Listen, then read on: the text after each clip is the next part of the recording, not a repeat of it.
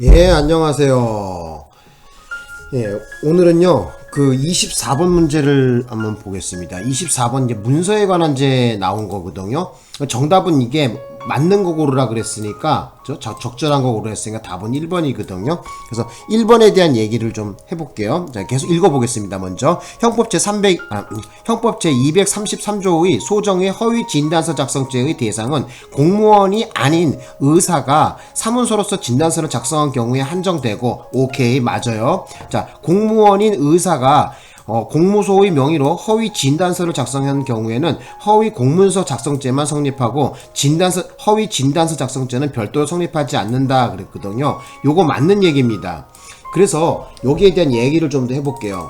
시험장 갔는데, 그죠? 허위 진단서 작성죄가 만약에 시험 나왔어요. 그렇게 되면은 시험에서 관건은 뭐냐면은 이것은 허위 진단서 작성은, 그죠? 오로지 뭐예요? 공무원이 아니어야지 됩니다. 사인, 그죠? 일반 사인에 대한 거거든요. 그래서 제가 여기다 사인이라고 적어 놓으세요. 공무원이 아닌 일반 사인이라고 적어 놓으시고, 그 주체가 될 수 있는 사람은 그거고, 제가 여기다 좀 설명을 좀 가미해 보겠습니다. 자, 보겠습니다. 자, 여기 한번 보자고. 자, 지금 여기 나와 있는 내용이 뭐냐면, 허위 진단서 작성죄. 자, 허위 진단서 작성죄가 있고, 그죠? 이거 붙여야 되겠죠? 그죠? 죄명은 다 붙이는 거죠. 그 다음에 허위 공문서 작성죄. 자, 여기에 대해 요 두 죄를 갖다가 한번 따져보자고. 근데 요 주의 주체가 어떻게 되냐면요, 우리 대법원 판례는 허위 진단서 작성죄 있잖아요. 자, 요 진단서 작성죄 같은 경우에는 오로지 누구만 될 수 있어요? 공무원이 아닌 사인만 된다 그랬어요. 자, 그거를 좀 알아두셨으면 하고, 그리고 허위 공문서 작성죄는 당연히 공무원만 되겠죠, 그죠? 공무원이어야지 되겠죠. 자, 요거가 키포인트예요. 그래서 만일에, 그죠? 만일에 공무원인데, 그죠? 여기 문제처럼 공무원인데 의사야. 그죠? 공무원인 의사. 뭐 예를 들면 국립경찰병원의 의사야. 그죠? 이 의사가 허위 진단서를 작성할 수가 있죠. 그죠? 자, 이런 경우에 진단서 작성 죄. 자, 이런 거를 저지르는 경우가 있을 거 아니냐. 그죠? 이런 경우에 어떻게 봐야 되냐는 거지. 그죠? 자, 이런 경우에 지금 아까 말씀드렸지만은 진단서 작성죄, 허위 진단서 작성죄는 누구만 된다 그랬어? 내가 공무원이 아닌 일반 사인만 된다 그랬었잖아. 그렇기 때문에, 자, 공무원인 의사가 허위 진단서를 작성한 경우에는 이 죄명을 뽑아보라 그러면 어떻게 뽑아야 돼? 자, 진단서 작성죄는 오로지 사인만 되기 때문에 해당 사항이 없고, 이 경우에는 공무원인, 그죠? 거의 공문서 작성죄만 되는 거거든요. 허위 공문서 작성죄. 그래서 요거만 된다는 거예요. 좀 기억을 하셨으면 합니다. 되셨나요? 그게 바로 아까 전에 나와 있던 우리 그 문제, 여기 나와 있는 그 문제예요. 자, 여기 나와 있죠, 그쵸? 자, 공무원인 의사가 공무소 명의로 허위 진단서를 작성한 경우에는 뭐만 성립한다고? 허위 공문서 작성죄만 성립하고, 진단서 작성죄는 성립하지 않습니다. 별도로 성립하지 않습니다. 요거 아주 중요합니다. 요거 시험 잘 나와요. 기억하셔야 됩니다. 그쵸? 제가 정리해 드렸죠? 정답 그 1번 체크하시면 되고요. 그쵸? 다시 한번 그래서 확인해 볼까요? 자, 요거 깨끗하게 정리해 드릴게요. 자, 그래서 요 꼭 좀 당부 드리고 싶습니다. 그래서 진단서 작성죄인지, 그죠? 아니면 허위 공문서 작성죄인지 똑똑히 보셔야 되겠죠, 그죠? 예, 똑똑히 보셔야 되겠죠. 색깔을 좀 넣어 볼게요. 그죠? 그리고 공문서 작성죄. 요거는 파란색으로 넣어 볼까? 요렇게. 그죠? 그리고 다시 한번 말씀드리지만, 허위 진단서 작성죄는 누구만 가능하다? 그죠? 공무원이 아닌 일반 사인만이 이 범죄를 저지를 수가 있어요. 좀 알아두셨으면 해. 네? 오케이?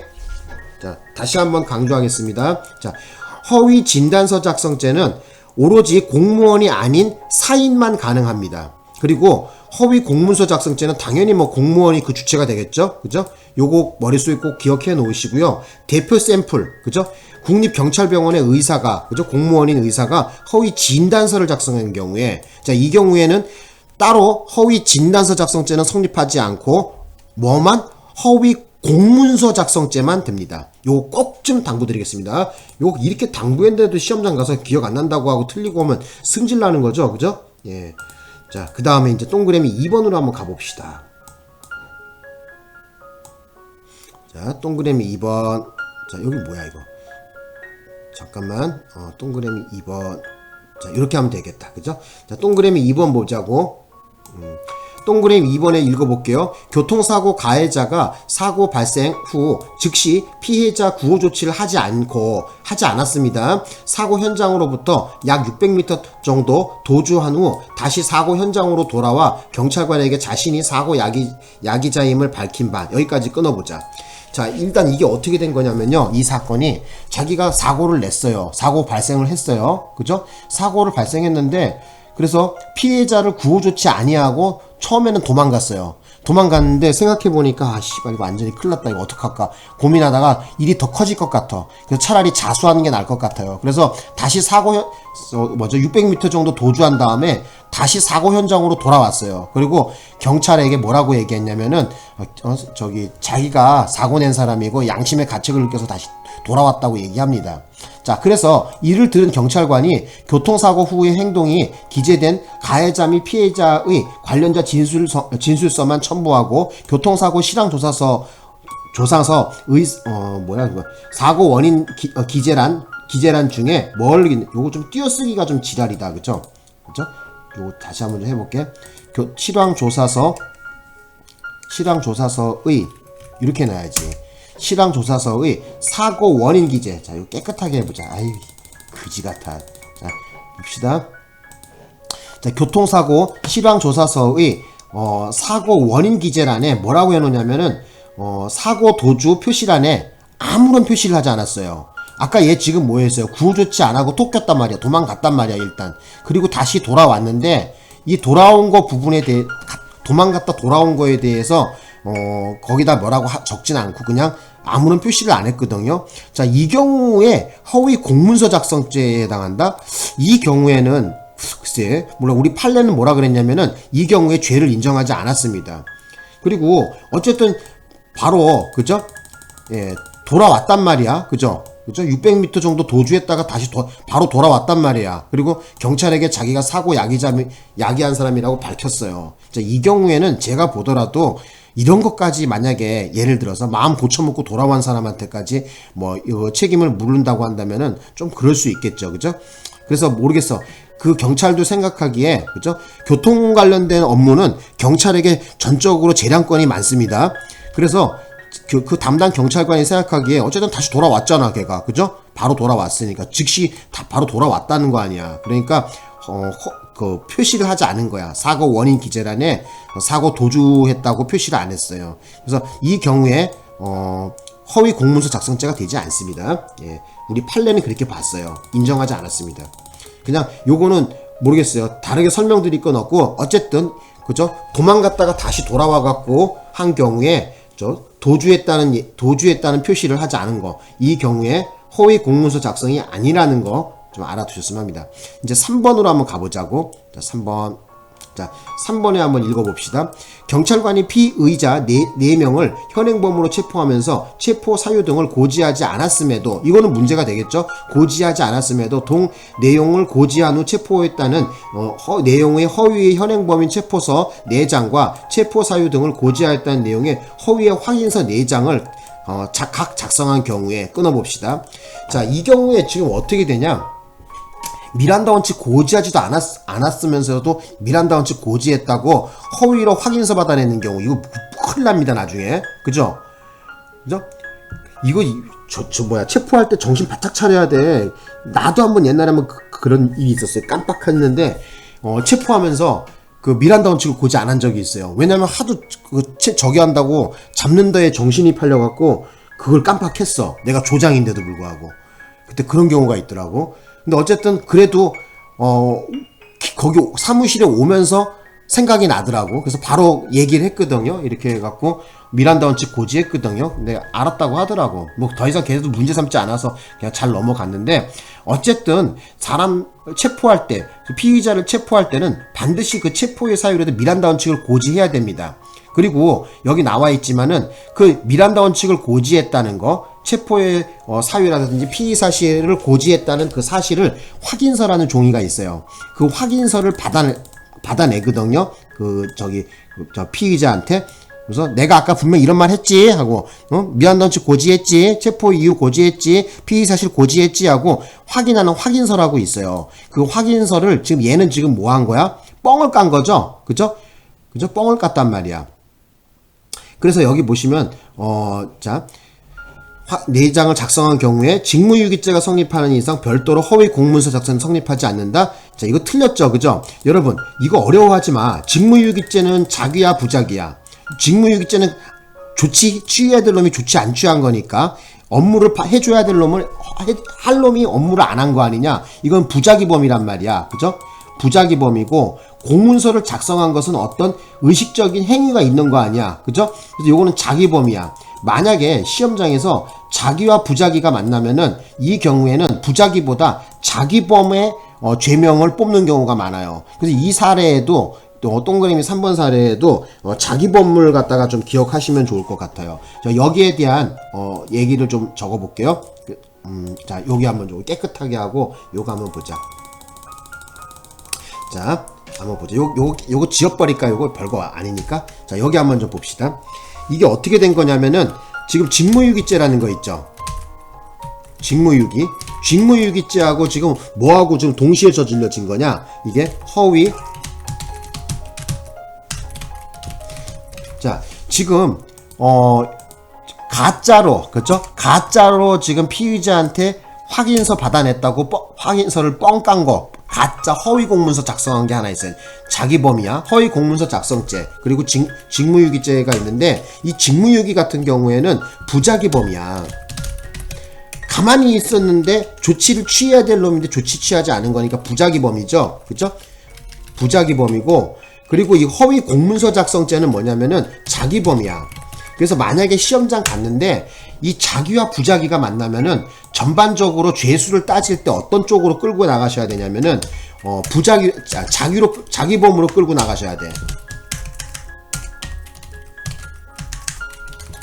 자기범으로 끌고 나가고, 자기범인 뭐예요? 허위 공문서 작성죄. 그래서 요렇게 좀 기억을 해 놓으시는 게 좋을 것 같아요. 만약에 시험장에 갔는데 자기범과 부자기범의 랑데뷰 만남이 있었다 이거야. 자, 이 경우에는 어떻게 끌고 나가야 되냐면은 자기범으로 끌고 나가세요. 되셨나요? 어렵지 않죠, 그죠? 그죠? 요렇게 해서 요 색깔 좀 넣어 볼게. 그래서 여기다가 요거 자기범인, 그죠? 부자기범인 직무유기죄는 파란색으로 한번 넣어 놨고요. 그 다음에 자기범인 허위 공문서 작성죄는 빨간색으로 내가 색깔을 넣어 볼게. 자, 이러면 이해가 아마 더 빨리 가지 않을까? 그죠? 그래서 다시 한번 강조하는데, 그죠? 부자기범인 직무유기죄하고 허위 공문서 작성죄, 그러니까 자기범인 허위 공문서 작성죄가 짬뽕이 되게 되면은 죄명을 뽑아라. 그러면은 자기범인 바로 허위 공문서 작성죄를 뽑으셔야 됩니다. 자, 그래서 요거를 좀 기억해 놓으셔야 돼요. 그래서 자기와 부자기범이 만나게 되면은 자기범으로 끌고 나가는 것이 유리합니다.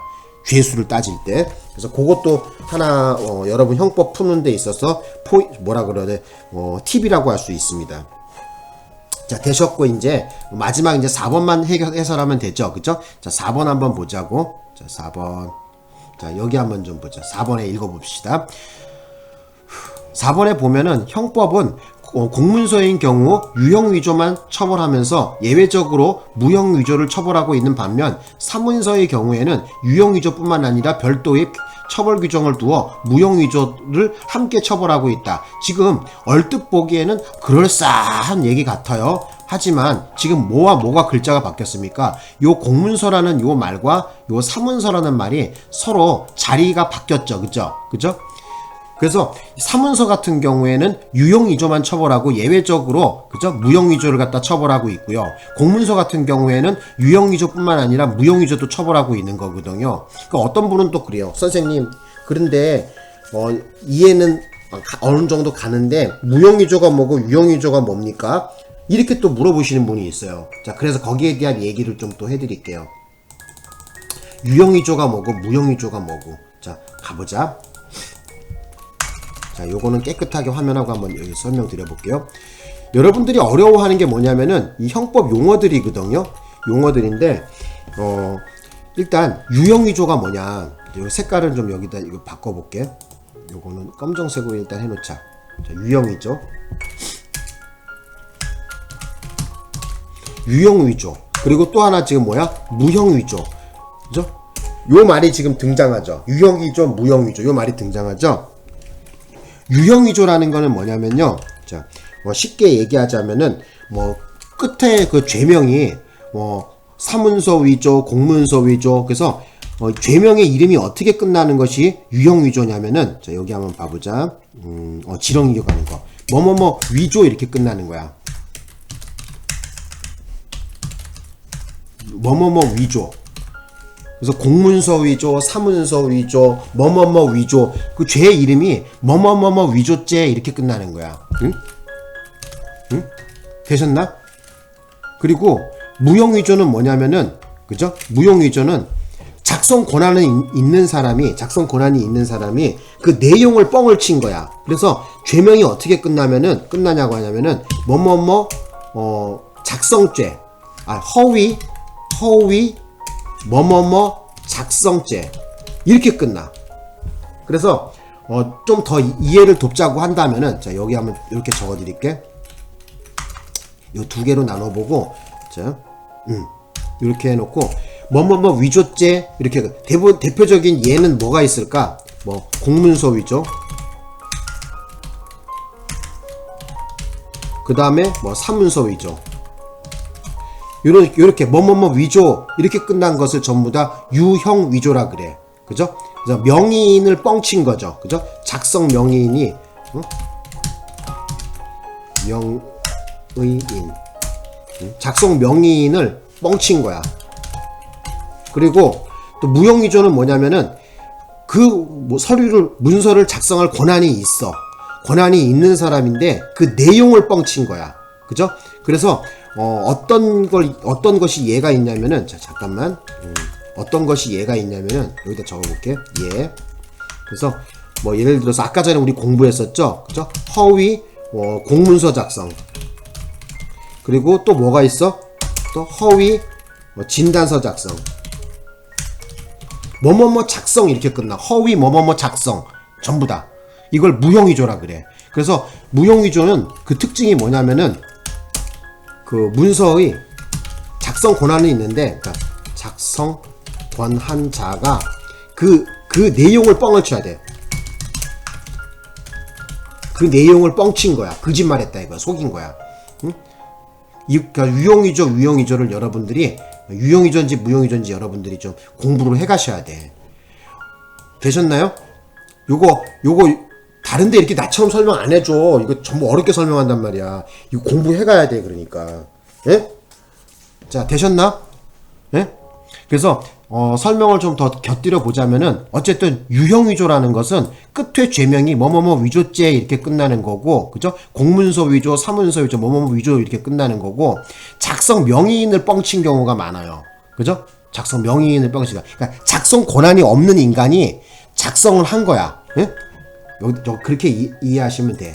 여기다 적어드리는 게 나을 것 같다. 작성 권한이 없는 자가, 그죠? 그러니까 문서 작성 권한이 없는 자가 뻥친 거. 작성, 그죠? 이렇게 그냥 뻥이라고만 해놓을게, 내가. 이렇게, 그죠? 그러니까 어쨌든 명의인을 뻥친 거야. 명의인. 쉽게 얘기하면 이거 지우자. 명의인을 뻥친 거야. 명의인을. 예? 그 다음에 아래 거는 뭐냐면은 무형위조 같은 경우에는 그 죄명이 위인데 이거 허의로 돼 있네. 허위 뭐뭐뭐 작성죄 이렇게 끝나는 거는 전부 다 무형위조라 그래. 이 무형위조는 허위 뭐뭐뭐 작성, 허위 뭐뭐뭐 작성 이렇게 끝나는 거야. 죄명이. 그런데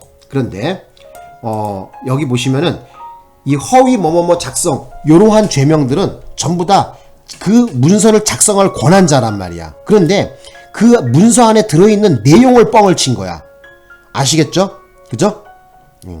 그리고 이거는 공문서 위조, 사문서 위조 이거는 아예 그 작성 권한 자체도 없는 거야. 아예 권한 자체가 작성 권한 자체가 없는 새끼야.